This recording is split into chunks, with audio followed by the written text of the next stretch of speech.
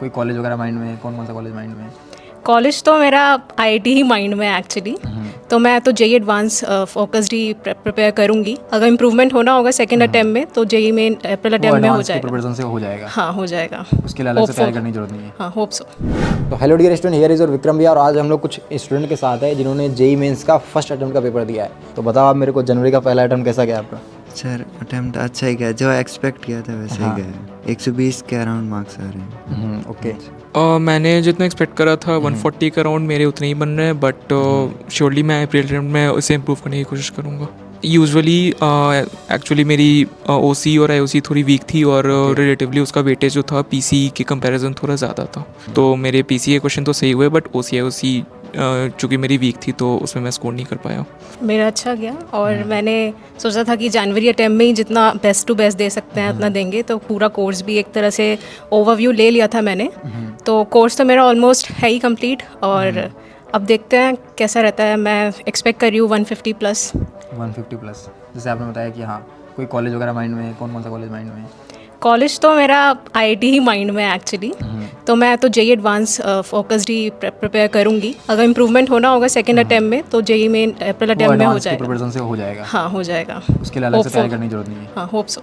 हाँ, आपने क्या सोचा हुआ है कॉलेज वगैरह के बारे में? सर कॉलेज मेरा सेकंड ड्रॉप है तो एनआईटी ही मिलेगा। एनआईटी सोचा हुआ है? एनआईटी में कोई स्पेसिफिक?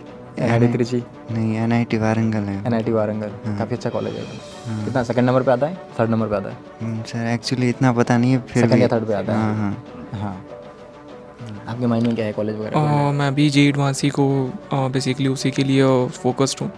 तो मैंने बेसिकली वही सोचा है कि अपनी केमिस्ट्री को थोड़ी इम्प्रूव करके अप्रैल अटेम्प्ट में, और फिर यूजुअली मैं वही एडवांस के लिए जाऊँगा। जैसे आपने बताया सर आपका सेकंड अटेम्प्ट है ना? तो कैसा फील आता है, मतलब थोड़ा सा मेरे को बताओ। बहुत कम बच्चे होते हैं ऐसा, मैंने भी दिया हुआ है जेई मेंस का, 2 बार दिया है मैंने अटेम्प्ट। सर तो मैं तो फील समझ सकता हूँ आपका।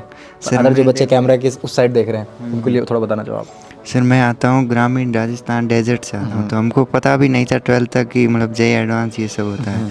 तो 1 साल पिछले साल यहाँ ड्रॉप लिया, फिर अच्छा हुआ, मतलब अच्छे मार्क्स भी आए थे पिछले साल। फिर लगा कि एडवांस तो क्वालिफाई नहीं कर पाया, फिर लगा कि अच्छा करना है तो फिर दोबारा ड्रॉप ले लिया।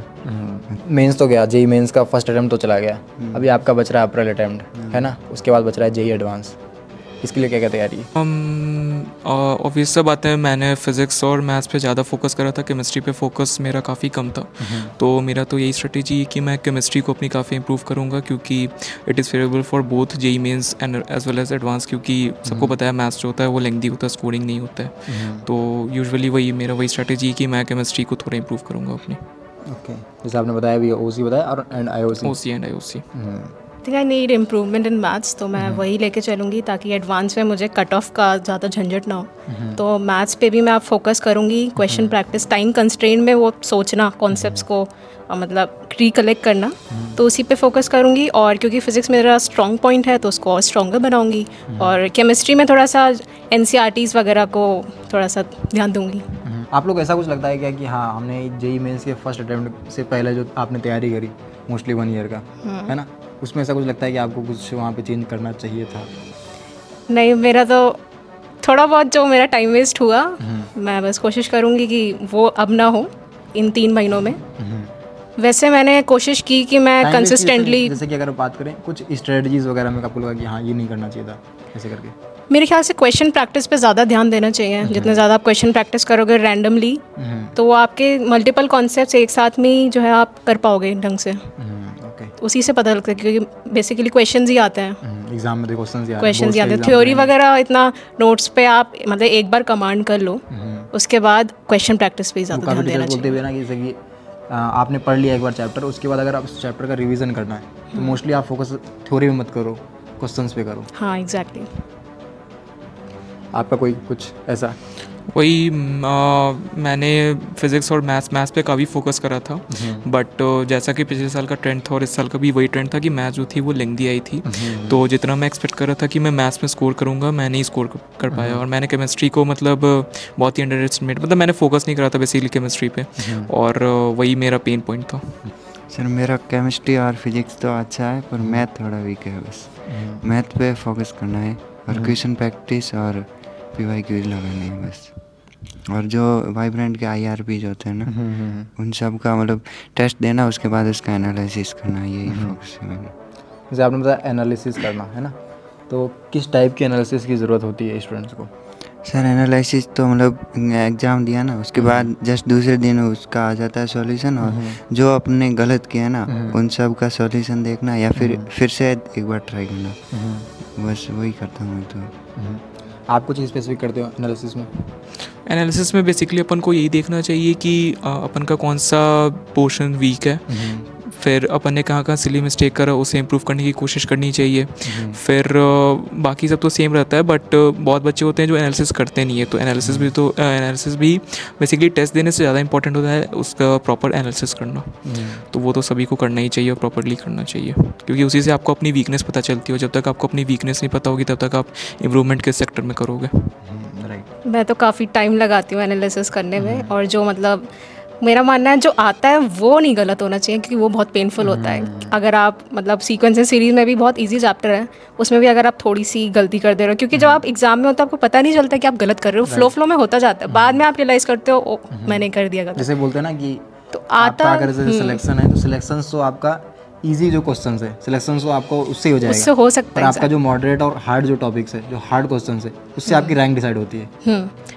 तो जो आता है वो तो गलत नहीं होना चाहिए, और जो भी मेरा मतलब रहता था गलत होता था उसको मैं एक बार कॉपी में लिख के प्रैक्टिस कर लेती थी। कुछ डाउट होता था तो मैं टीचर्स से पूछ लेती थी यहाँ पर डाउट काउंटर पे। जैसे भी कुछ बच्चे आते हैं कि हाँ पेपर देकर के आए, देखा कि हाँ 20 क्वेश्चन गलत है, ठीक है, या 40 क्वेश्चन गलत है, 30 क्वेश्चन गलत है, जो भी गलत है, उनका फटाफट से आंसर देख लिया और उसको कहा कि हाँ एनालिसिस कंप्लीटेड। नहीं, मेरे ख्याल से जो हमारी गलतियाँ हैं उसको हमें बार बार देखते रहना चाहिए, ताकि वो हमारे दिमाग में बैठ जाए। वैसे एक बार हम गलती करने के बाद वो बैठ ही जाती है ऑटोमेटिकली, क्योंकि फिर आपको थोड़ा सा रिग्रेट होता है कि ये तो आता था, या यहाँ मेरा गलती थी, मैं सोच इस तरीके से रहा था लेकिन एक्चुअली कुछ और ही कॉन्सेप्ट था, मेरा गलत ही कॉन्सेप्ट था।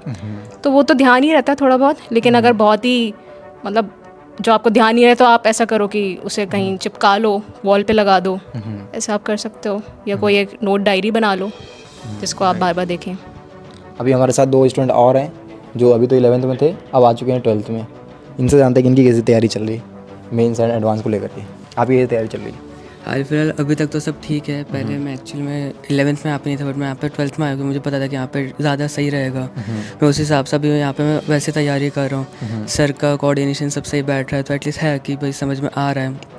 बस मेरे प्रैक्टिस की थोड़ी सी दिक्कत है, उसको इम्प्रूव करना है अभी तो मुझे। जैसे आपने बताया सर का कोऑर्डिनेशन काफ़ी अच्छा है, नाम ले सकते हो सर का? MSc चौहान सर मुझे बहुत अच्छे लगते हैं, he is personally too frank. और NS सर बहुत अच्छे, मतलब तुमको पढ़ाएंगे भी अच्छे से, तुमको समझाएंगे भी अच्छे से, और मज़े भी कराएंगे, तो तुमको ये नहीं कि तुमको स्ट्रेस या कुछ होगा।